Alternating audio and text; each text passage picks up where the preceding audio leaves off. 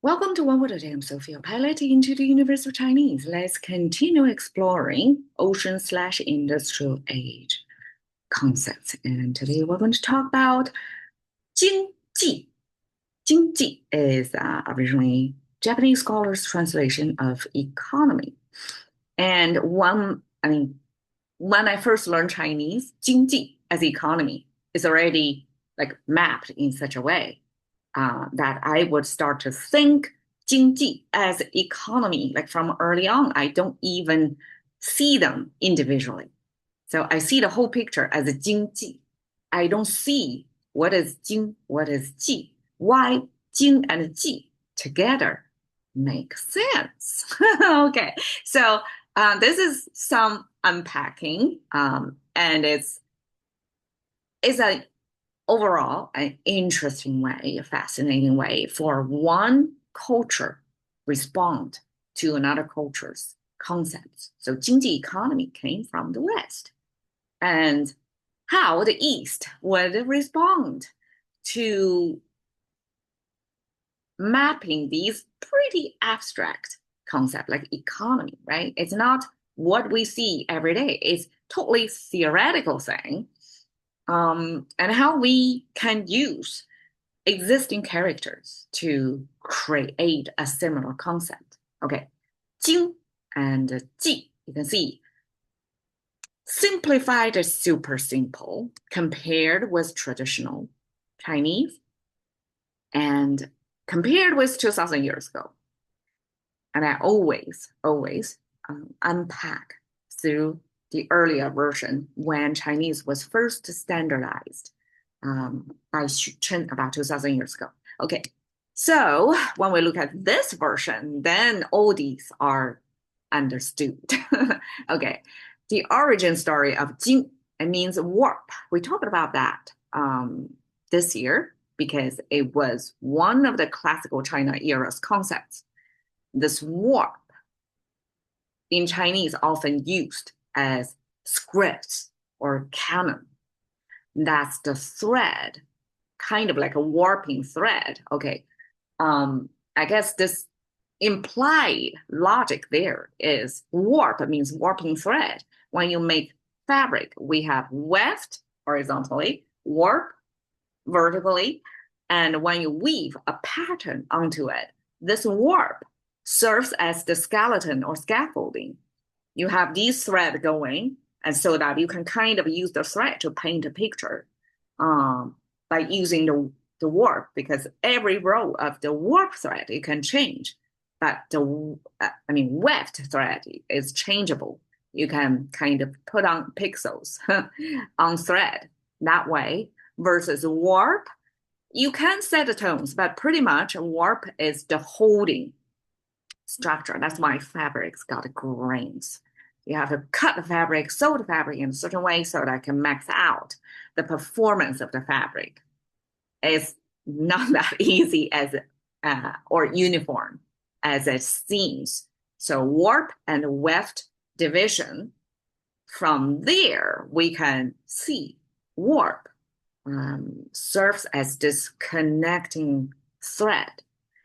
That's not only it is a continuous thread, a stronger thread than weft, but also it's non-changing, kind of serves as the bone or the structure or the underlying structure from what you see on the surface. The fabric surface, the colors are mostly by the weft. The warp is the structure behind the scene. All right, so when we know that, Chinese use this warp fabric making concept to create equivalent or transfer to the thinking thread or the philosophical thread, and use this thread imagery or concept on canon, on the pillars of the civilization where everything else built or derived on. So these are the running thread connecting the tissues of this culture. And that's Chinese jing. And now in this jing and ji, we can see why Japanese scholars pick warp, because it is the connecting tissue, right, between marketplace, between businesses. So this warp making sense in that way. So how warp was made up? Okay, one step down. The left side is the fabric symbol or thread. We can visualize this as a spools of thread, and it's connecting by continuous thread. And at the bottom, we can view it as either the drapey sense of fabric draping down, or we can view it as the root that shows the thread came from fiber, from nature, rooted in nature. Back then, everything is organic. There's no such polyester or nylon, this man-made fabric. Back then, everything's cotton or linen, right? Or silk, the Chinese invented. So on the left is the kind of universal theme there as thread, as fabric, depends on which scale you look at it, right? The right side is underground water. We can see the horizontal line as the ground because we have water flowing under it. It's in context because normally on top of the frame, if you see a horizontal line, that means sky or heaven, the upper bound. Here is ground because we see water going under. And then the bottom, we have this two horizontal line connected by vertical line. That's fly square. That's the ancient engineering tool representation because, of course, the craftsmen or ancient engineers, civil engineers, or whatever engineers, when they construct things, they have all kinds of tools. And this is, I guess, most commonly recognized tool. So it became the representation of all the tools.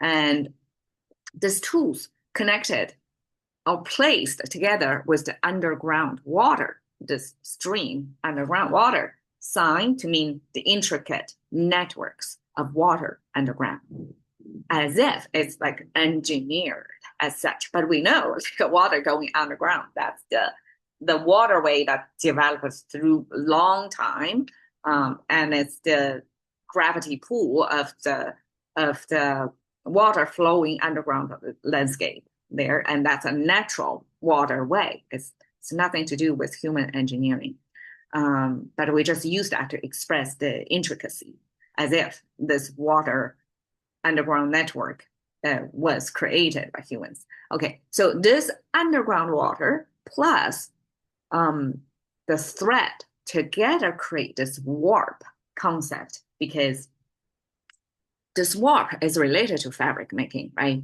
And then this underground water network is this networking thing. So it's almost like this connecting thread.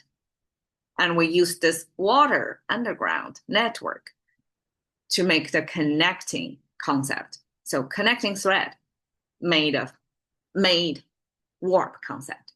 G, we have water symbol on the left side. And you can see, okay, this water symbol and this water symbol vary because this is above the ground water. This is surface water.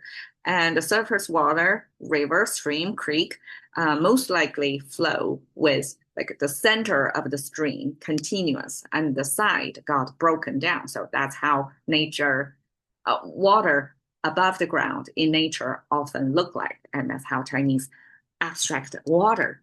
And the right side is a farm fuel with this diagonal thing. That's almost like something, I would picture it as a sunflower, like a big panel of sunflower with many seeds in it, bright, proud, facing the sun, standing straight, almost looking like that. But it's some kind of a cross that's, humans we can use. And a few episodes ago, we learned this imagery. Okay, I guess I can draw it out here. That we have one horizontal line and then connected by this. Well, this made of part of it made into this plant symbol, but by itself, without this top a diagonal diamond thing, just by this, it means the very edge, like to the very end of your world. And in this case, because we have plant growing on top of it, so this is not heaven, this is earth. So at to the very, I guess, horizon to horizon, as far as your eyes can see. And this is full of such crops. And that to me means a very fertile land. And this fertile land paired with water was originally created to mean a particular region in China where I assume as the high productivity farm field that's growing from end to end, big, massive scale, ancient scale of farmland, and is next to water. That eventually, so this was created to mean that particular region, particular water. And we know, like ancient times, for such a farmland to exist, to be fertile land and productive, it got to be near water. So it's very easy to use the landscape near that water to mean that particular waterway, right? And eventually this carried the meaning of a remedy. And my theory is because this is a fertile, this is highly productive. So not all the farm fields in ancient times were this lucky, right? So remedy means they kind of have surplus and then they ship it to, well, in today's world, ship, but they help out other regions so that population in a bigger land mass can survive on like a condensated areas of productive zones. And so that, distributing resources associated with this fertile land region, farmland region, was then meant to be remedy. So remedy means came from the surplus, this resource redistribution, and then this connecting this resource redistribution is, I think, pretty reasonably to mean economy. What economy is about is this resource flowing around the world to redistribute so that not so lucky land got supplies and the populations over there can survive. And in return, they trade something else, right? And so it's associated with this trade activity. And because this is the connecting tissue for on whatever scale. In today's world, it's a global scale, right? So global trade, therefore, is the concept of economy, of 经济. And I'm using this global supply chain, one of the known brands, as the imagery to go with that. So it's about trade, about connectivity, about this redistribution of resources. Thank you for your time. See you another day.